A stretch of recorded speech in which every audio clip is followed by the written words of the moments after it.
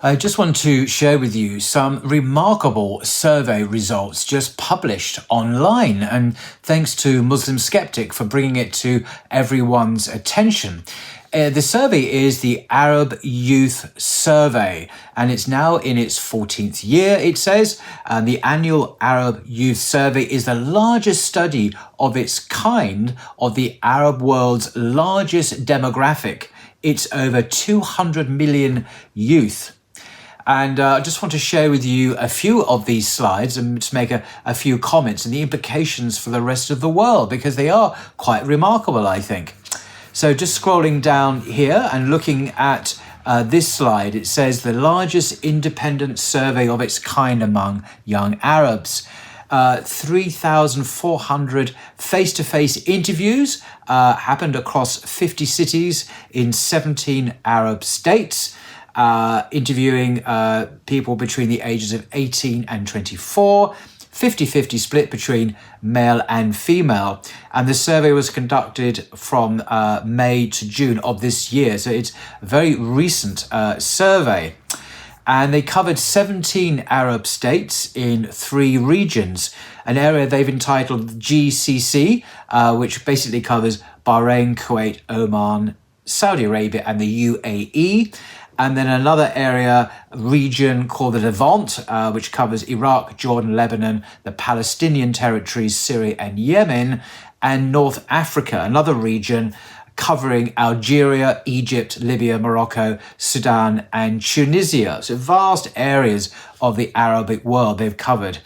And they did, as I say, these face-to-face interviews in about 50 Arab cities. Now, they've split their findings into 6 key themes. We're just going to look at one of them, actually. The first one, my identity, the views of young Arabs on religion and their concerns about the loss of traditional values and so on. And I just want to focus on a few of these slides, as I said. So my identity is the first big theme that they surveyed.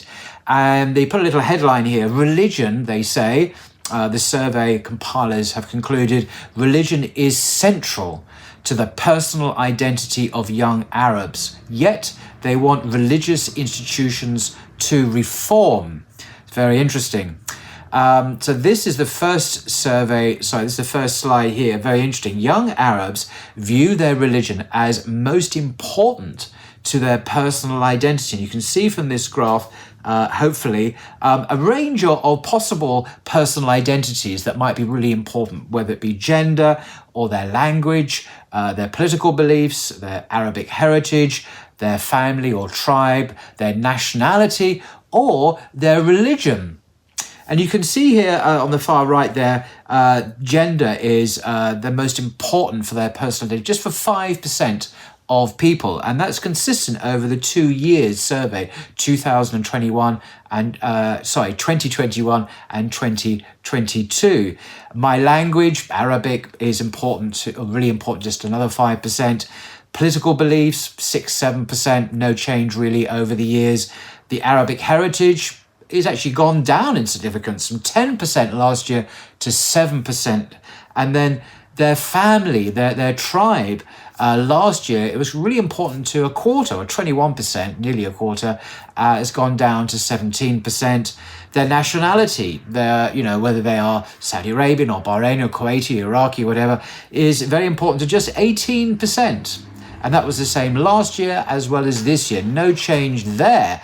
But when we come to their religion, last year, 34% stated that it was most important to their personal identity.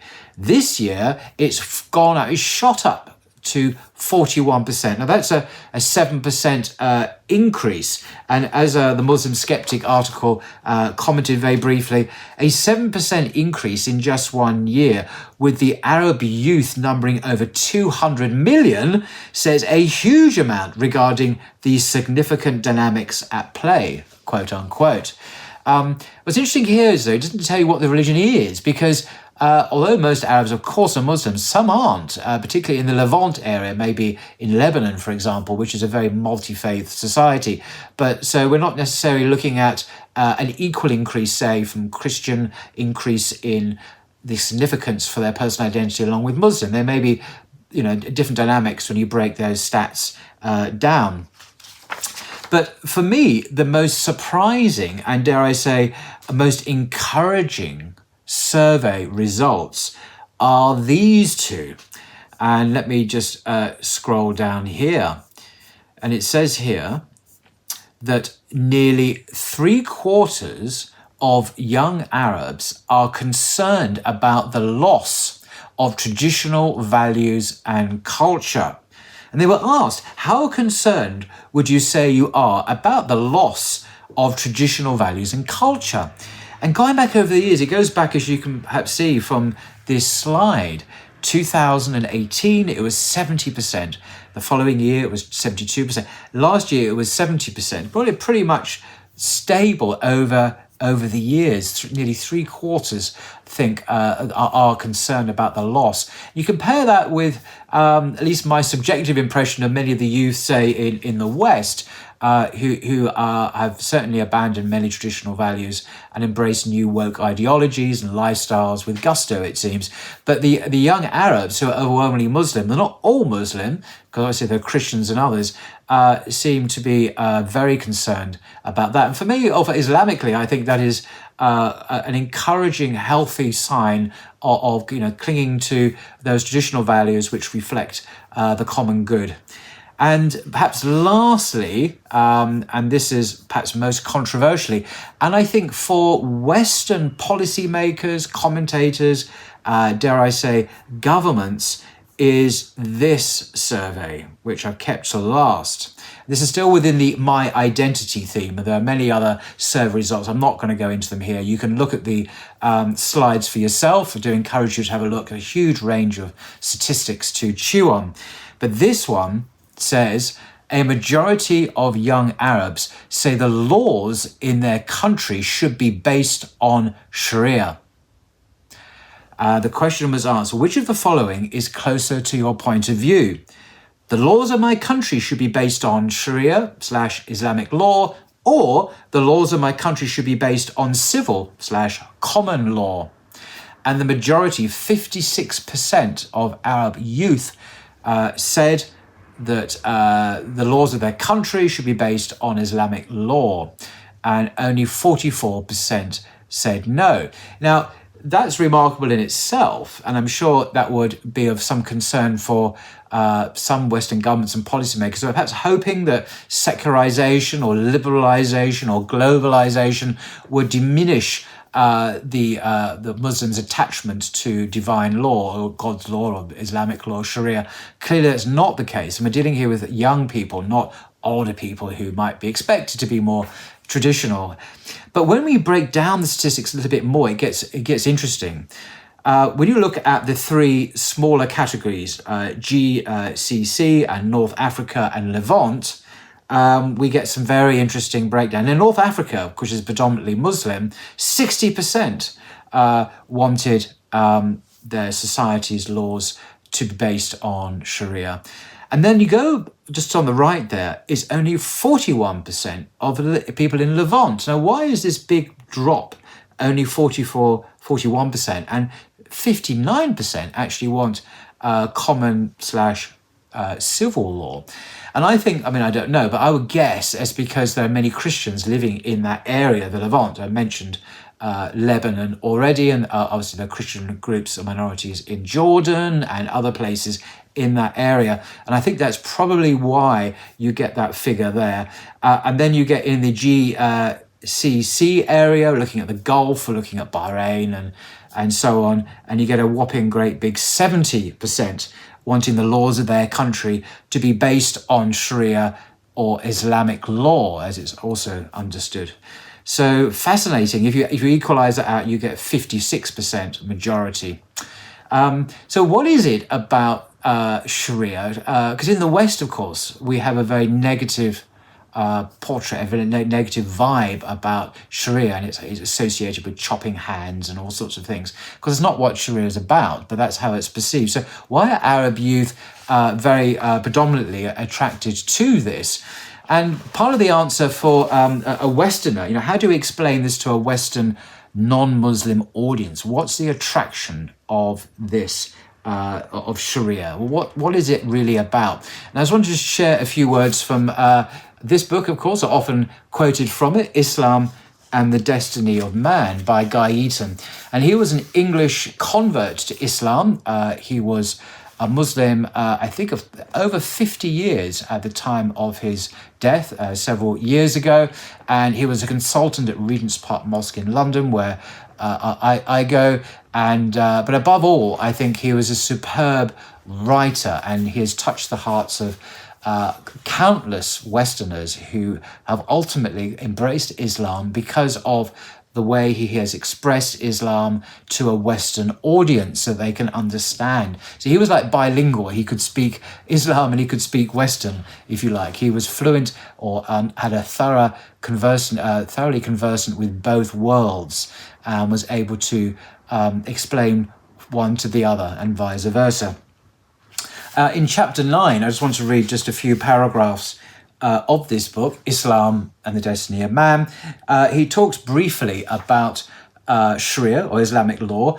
I'm not going to read the whole thing. There's a lot more that could be said. I'm not in any way pretending what I'm going to say now is in any way definitive or exhaustive. It's not.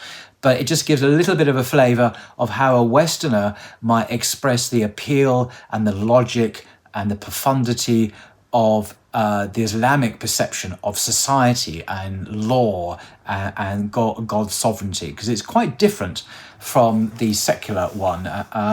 So chapter 9 is entitled The Rule of Law. And Guy Eaton writes the following, and he was writing in the 1990s, so some of it might sound a little bit dated. During the period of decolonization in the 1950s and early 1960s, the question as to which territories were or were not fit for self-government was seriously debated.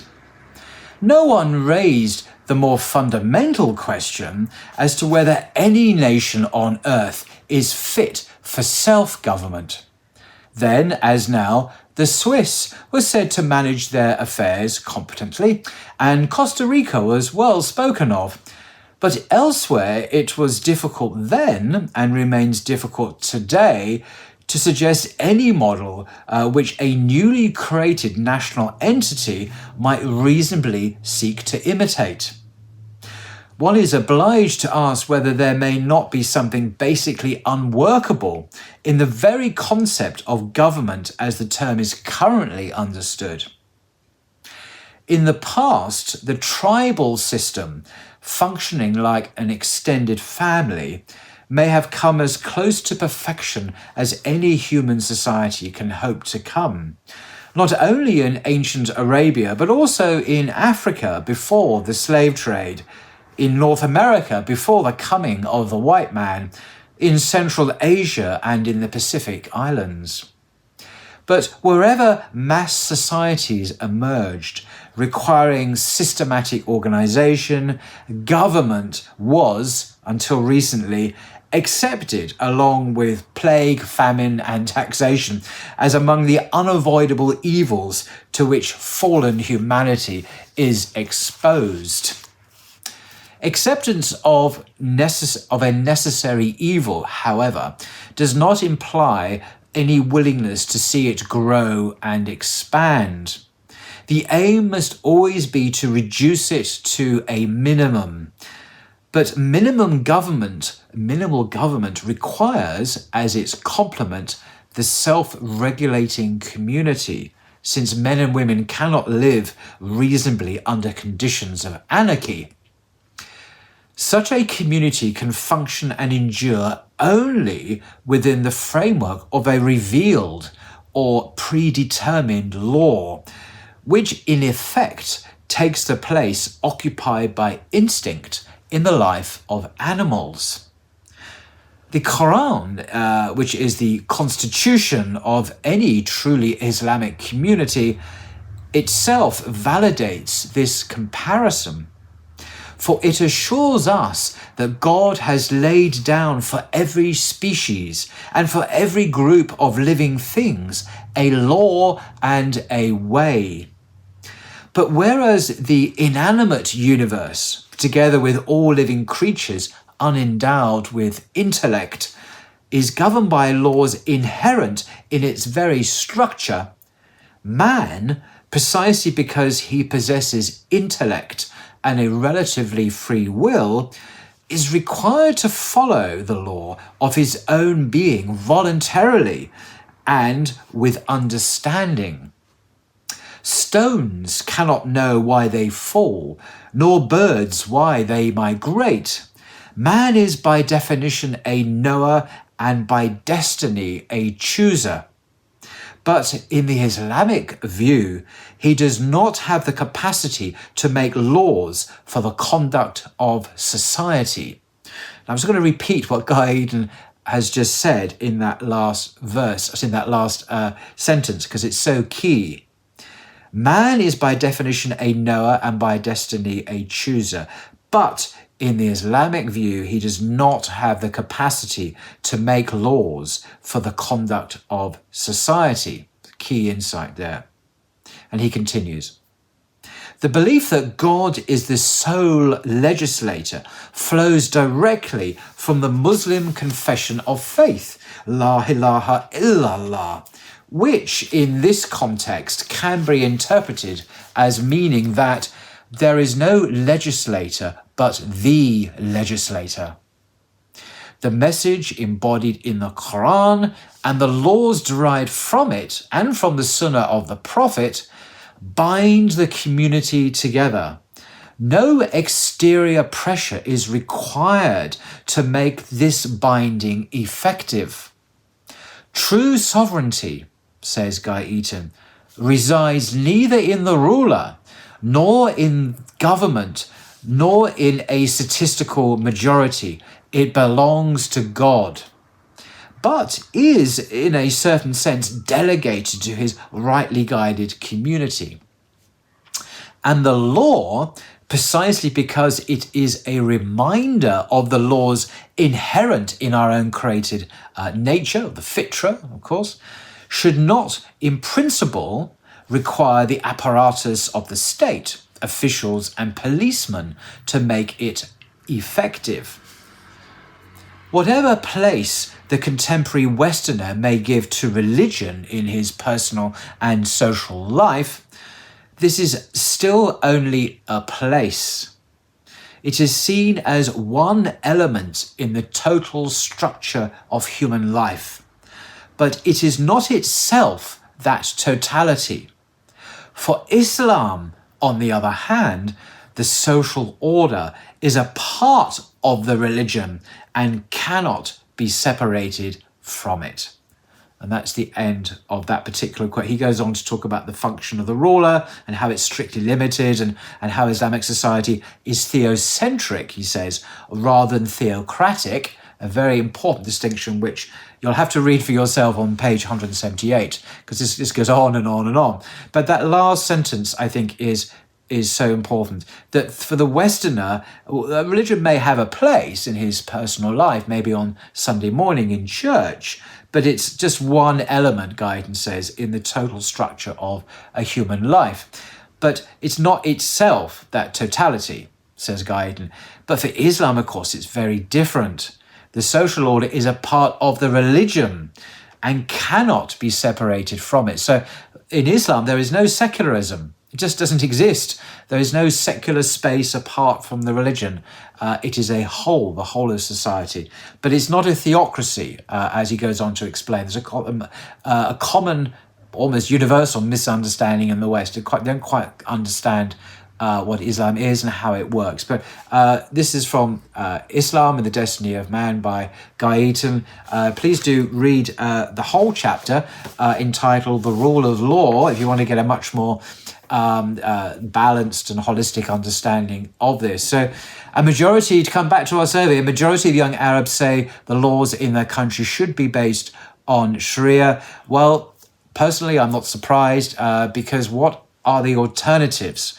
It's globalization, it's secularism, which doesn't really give you a reason to live and a reason to die. It doesn't give you an objective moral code. It doesn't give you a way of life.